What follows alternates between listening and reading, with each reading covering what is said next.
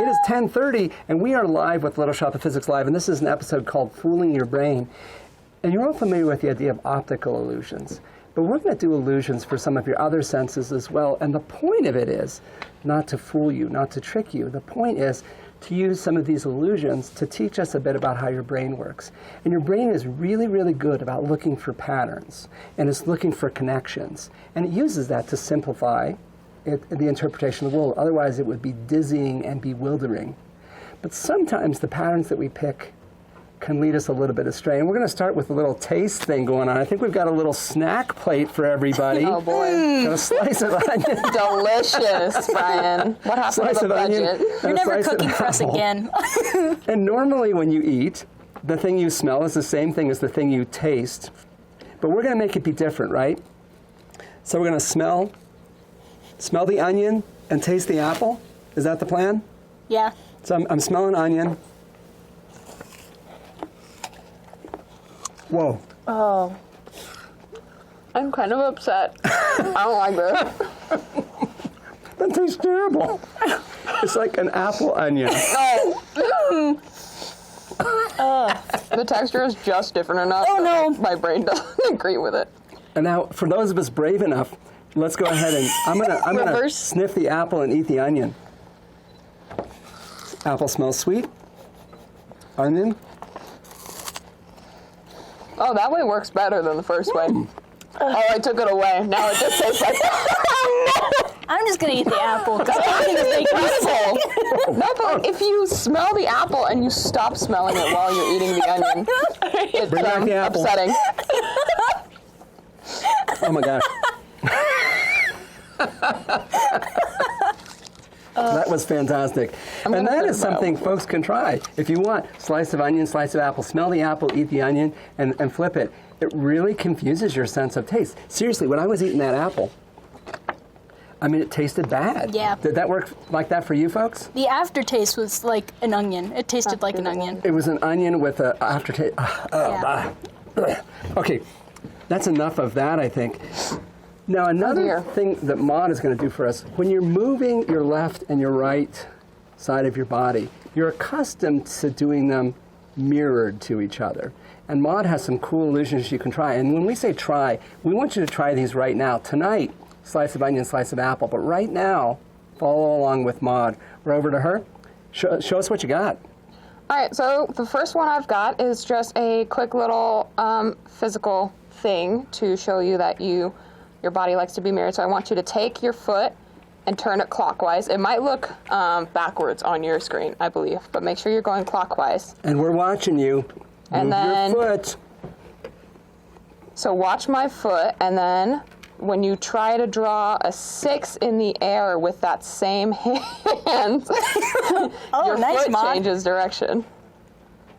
Well, Nope, yeah. I can't do it. So you're moving your foot clockwise. So I'm doing this. Move my foot clockwise. And I'm going to try to draw a 6 in the air. Whoa, no, my foot switched direction. Even if I to try to start the 6, my foot wants to go the same direction because it knows what's coming.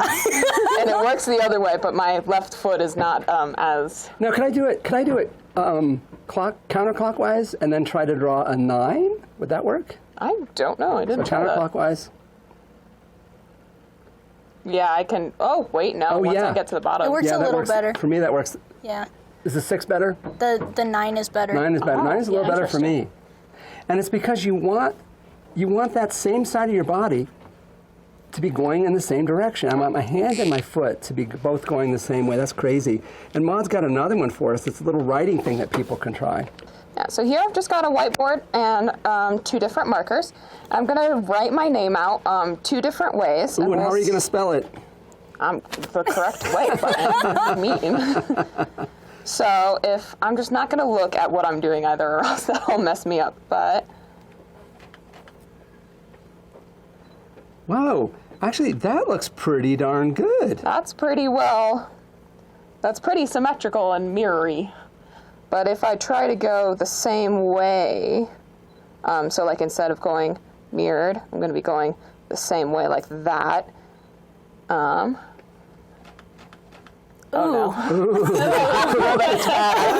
Not working. does not turn out nearly as well And this as is the first one. I think if you're in the classroom, you got to tell your teachers, give me 2 pieces of chalk. I'm going up to the blackboard, and I'm doing my name backward with one hand, forward with the other hand, and then try to do them both going forward and see how it goes. This will be a really fun thing to try in a class. This would be, oh, that is awesome. Mom, that is delightful. And next, we have a hearing illusion that Brenna's going to work on. Yes, we do. So when I talk, I don't get any feedback, right? I can hear myself talking, but it's at the same time that I'm talking. So I can say my ABCs, A, B, C, D, E, F, G, H, I, J, K, L, N, O, P. But if I create a small... That was really good, Brenna. I have to say, by the way, I was impressed. Excellent alphabet song. Thank you. If I create a small delay between the time I speak and the time I hear, it's almost impossible for me to actually speak coherently to y'all. So A, B, C, D, E, F, G, H, I, J, K, L, M, N, O, P. So if you create that delay, your brain is hearing yourself, and it's really hard to talk and hear. Oh my gosh, and the amount of time of the delay is pretty critical, I think. Yes, it is. No, I think we have to do that one more time, Brenna. Come on, Brian. All the way through. Let's see how far you can go. A, B, C, D, E, F, G. Now go backwards. Q, R, S, T, U, V, W, X, Y, Z. There we go. Now do the same thing and backwards. Absolutely not. And now we're over to Maud, who's going to show us an optical thing. This is kind of awesome. I've never seen this before, and I love this to pieces. I'm showing this to everybody. So what you're going to do, this is going to sound a little complicated, but so what you're going to do is going to put both of your hands out in front of you. And we want you all doing that. We're watching you. Get those hands out. Make 2 little L shapes so you've got this little goal-looking thing. Close your left eye, and with your right eye, stare towards your left pointer finger. And then if you are still staring at that left pointer finger, you can kind of wiggle your hand or your finger around on your right side, and your finger kind of disappears. Man, my right finger is gone. What happened to it? I need now. And it works the other way too. So if you want to keep your hands out like this and close your right eye, stare with your left eye at your right index finger, and your left index finger should disappear. Just a little tip of it. I think this is about as much that leaves my sight. That it's a is little amazing. bit harder in the shield, though, I gotta say. I think it was easier with just our masks on. I got my whole finger to disappear right here. I'm using my left eye to stare at my right finger, and my left finger is completely gone. And when I wave it back and forth, it kind of comes and goes. And Maud, why am I seeing that? What's going on here? So your brain normally, your blind spot is always there. Blind spot, and that's like in the back of your eye. Is that where your optic nerve comes in? Oh, yeah. And so it just, when that happens, your brain just like, there's just nothing there. But what your brain will do is that it knows what's like normally kind of in that area by looking at the rest of your environment, and just kind of like fills in the space to fill the pattern, because your brain really likes patterns. Your brain does like patterns. So there's a piece on your retina where you're just not getting any signal. So when you look at there, you actually literally can't see it. But normally my brain stitches it together. But I've done a thing like this where I've tricked my brain. So I was like, man, it is not, it's filling it in with the back of the computer, and my finger is gone. That is awesome. That is awesome. Thank you, Maud. Thank you, Maud. And I'm going to play a little tune here. Actually, I'm going to play a scale on this keyboard, and this keyboard is connected to this Mac Classic computer. When I first came to Colorado State University, this was my computer. The first website for Little Shop of Physics was served up off this bad boy, which was fantastic. So I'm going to go ahead and play notes on this little keyboard here. And they're different kinds of notes. They're a little different. I'm going to start with a C and go up the scale. And when I get to the top of the scale, I'm back where I started from.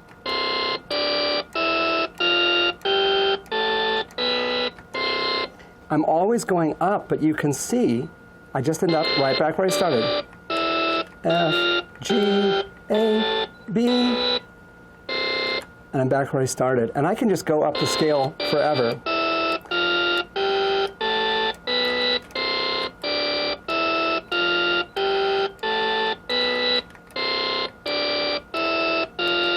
And it's crazy. And this is because of how we put these tones together. And it turns out how you hear this is a really, really strong function of an individual. And so we're going to ask you a poll. I'm going to play 2 notes, one after the other. And then I want you to tell me if they're lower, the second note is lower or higher. And we're going to put up a poll so that you can tell me. So I'm going to play 1 note, and then a second note. Is it higher or is it lower? So go ahead and listen. So 1 note, second note.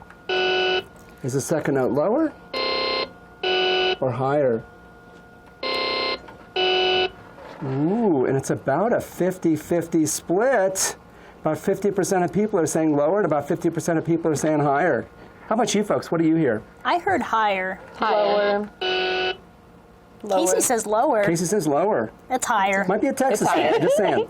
I'm hearing higher, and 43% said higher, 57% said lower. And here's the crazy thing. I can cause you to hear it lower if I do this.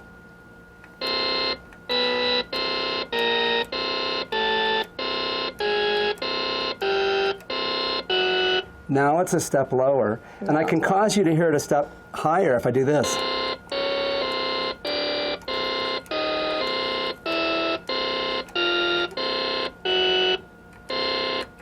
Now it's higher. And it's this weird illusion. We built these tones. It's called the Tritone Illusion, and we made very, very special tones that do this. But it's an awesome, awesome example of an auditory illusion, and it tells us something about how we process sound. And if you want to learn more, come to Colorado State University and take my physics class. You will learn all about this and so much more. But now, we're off to Maud, and Maud has got some quizzes for people. We're going to ask people to put things in the chat, right? Oh, yeah, yep. And so you're just going to put your answers to, like, the first few questions. I've got 2 different exercises. They're not meant to be trick questions, I promise. So it's just going to do something cool. So let's see here. What color is paper? Just Okay, normal go ahead and paper. put it in the chat. What color is paper? People are saying white. White. All right. What about snow? What color And is put snow? it in the chat. What color is snow? People are saying white. What about polar bears? What color are polar bears? People are saying white. All righty. So with that in mind, what do cows drink? Go ahead and put your answer. What do cows drink? Milk, milk, milk, milk, milk, water, milk. Oh, milk, we got the one. Oh, the we one got one person who's not tricked. Cows don't drink milk, you silly gooses. Cows drink water. What do Unless cows- they're babies. I'll give you that. If you're a baby cow, you drink milk. But Someone even did milk with a little milk emoji. That is, I didn't even know there was one of those. and now everybody's saying water, water, water, yeah, water. there you go. And so, Maud, why did people say milk? What happened? What was going on in people's brains? Well, so I was giving you a bunch of white objects to think about, and I was just priming your brain, is the technical term for it. I was giving you your brain, I was feeding your brain a pattern, essentially, of just like making you think of white, white, white. And then I gave you a question where something that was white was a possible answer. And then I've got a second one here. So for this one, I'm only gonna ask you one question at the very end, but I'm gonna say a few words, and I want you to repeat the word after me. So I'm gonna pause for a little bit to let you to repeat the word. All right, so boast. Boast. I'm going to repeat them, okay? Okay, fine, Brenna. Come on, Brian. Participate. Boast, Boast, coast, Coast. coast, ghost, Ghost. host, host, most, most, roast, roast, Roast. post. Post. What do you put in a toaster? Okay, go ahead and put that in the chat. And folks are saying toast. That's what you get out of the toaster. Normally, I take my toast out of the toaster and I put bread in, but you know, however you like your toast crispy, you know, it's up to you. I won't judge, I promise. And again, we've primed you to be thinking about things that rhyme with ghost and roast and boast and all that. So you chose toast. That is awesome. That is awesome. And we have a little video that shows a kind of a touch illusion. And this is something that you can totally try with your friends. So look at this. Casey is touching on Emma's back with 1 or 2 pens and seeing if Emma can guess how many it is. 1. And she's having real trouble determining. I don't know. And here's one. And Casey, this is one where you're kind of like doing the little swirl up the arm. Tell us how that works. So for that one, you're just gonna look away from whoever is touching your arm. And can we roll that one more time? I think we want to see. That was a short one, and it's awesome. Casey, tell us about this one going up the arm. So that one, you're just gonna have someone that will swirl their finger up your arm, and make sure you don't point out where the elbow is before. And you'll have the person whose arm you're swirling on look away, and they will tell you to stop when they think you're touching where your elbow bends. And you're wrong. Both of them are wrong. And the swirl is a crucial piece of the puzzle. It is. It And I is. wonder if it's because you're kind of like moving up and down the arm, and so it's really hard for me to get a bead on where your finger is. I think so, if I had to guess. But that's a good way to fool your brain. It's a nice touch illusion. And then Casey's got another thing to do with this that has to do with muscle. So first you have a little muscle demonstration, right? This is a little skeleton. I do. So in your body, every muscle has a muscle that counteracts it, because you can only flex muscles, but you can't, extend them. Mm-hmm. So in your leg, for example, on the front side, you have a group of muscles called your quadriceps. And on the back side, you have a group of muscles called your hamstrings. So in order to bend your knee, your quadriceps have to flex. And so I can show you that. Let's see. Flex. Oh, you hold You it? got to push it and hold it. Okay. He's Let thinking. it- There it goes. Kind of There warms goes up. the leg. Maybe you could turn it sideways so we could see. Turn it Turn the yeah. this way? Yeah. 'cause Sorry. You can't see it bending from the front. Oh, There we okay, go. sorry, there you go.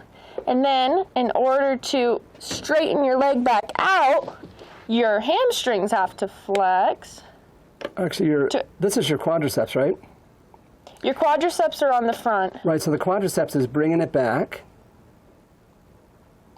And let's do that one more time. So if I want to flex it, then you do the hamstrings, right? Did Did I flip that? I'm sorry. Yeah, and so the hamstring is contracting, and as it's contracting, it's pulling the leg backwards. Maybe. Come on, keep holding.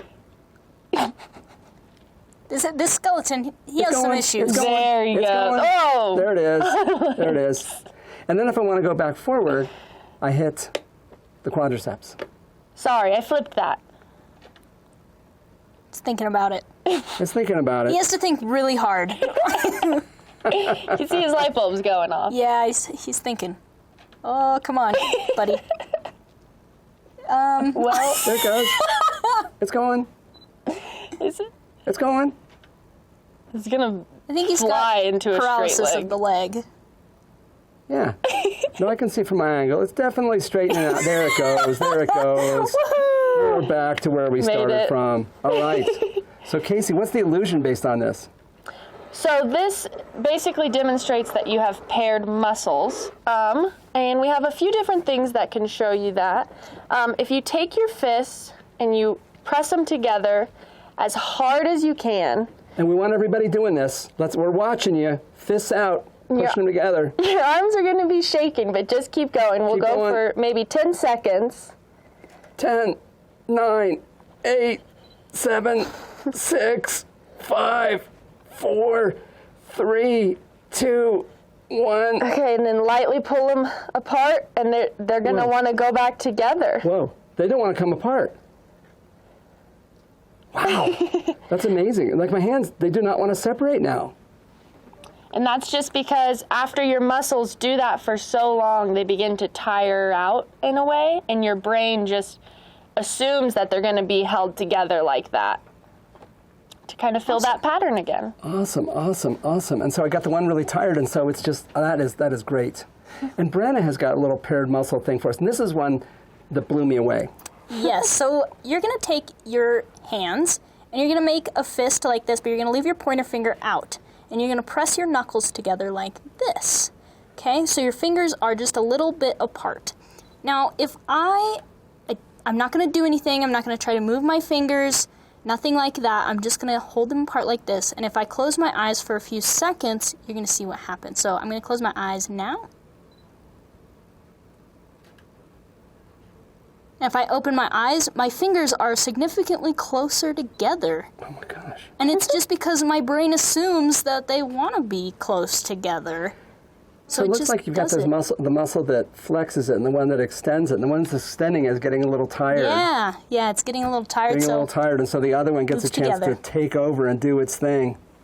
Oh, that is awesome. That is awesome. And we got one more, right, Casey? One more. Okay, so if you've ever seen the one where you stand in the door frame, this is pretty similar to that, but no door frames behind me. So what you're going to do is you're going to grab your pants here, and you're just going to pull them out as hard as you can for another 10 seconds or so. Let's do 20 seconds. 20 seconds? Okay, really tire me out. 2, 3, 4, 5, 6, 7, 8, 9, 10, 11, 12, 13, 14, 15, 16, 17, 18, 19, and 20. Oh, and let go.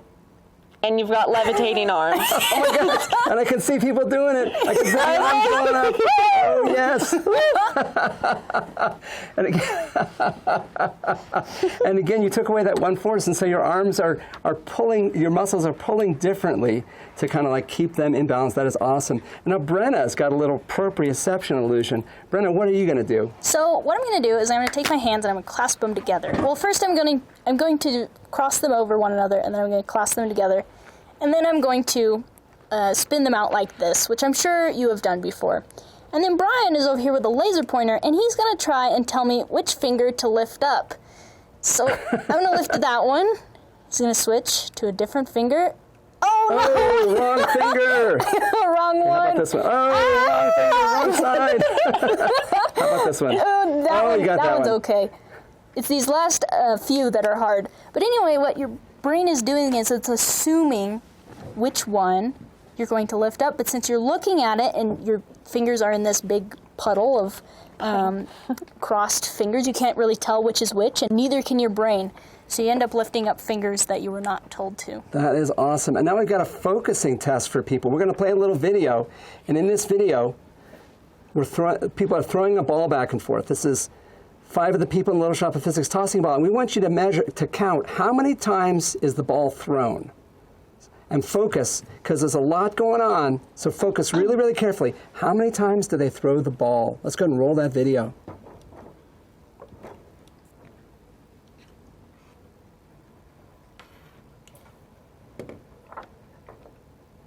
Okay, keep watching.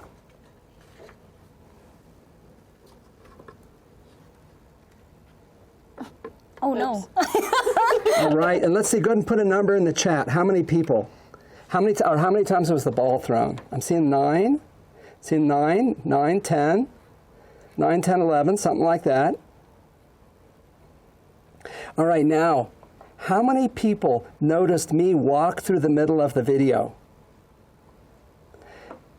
I bet you didn't see it. We're going to play it one more time and watch. Watch me go. So they're tossing the ball, and now pay attention and watch for me going through the middle. So they're tossing the ball back and forth, and you might not have seen this the first time. Oh, you just cruise on through there. Just cruise on through. Cruise on through. Awesome, awesome, awesome. And next up, we're going to do some optical illusions. And Brenna, what do you got for us? So here I have this demo that Charmine and I made, actually. And I have this cow, and this cow is going to rotate. It's on this little rotating table, so I'm just going to show you how it rotates. But I'm going to put a screen in front of it, and we're actually going to look at the shadow of this cow. And I want you all to tell me which direction the shadow is going. And it might switch direction. To me, it looks like it's going clockwise.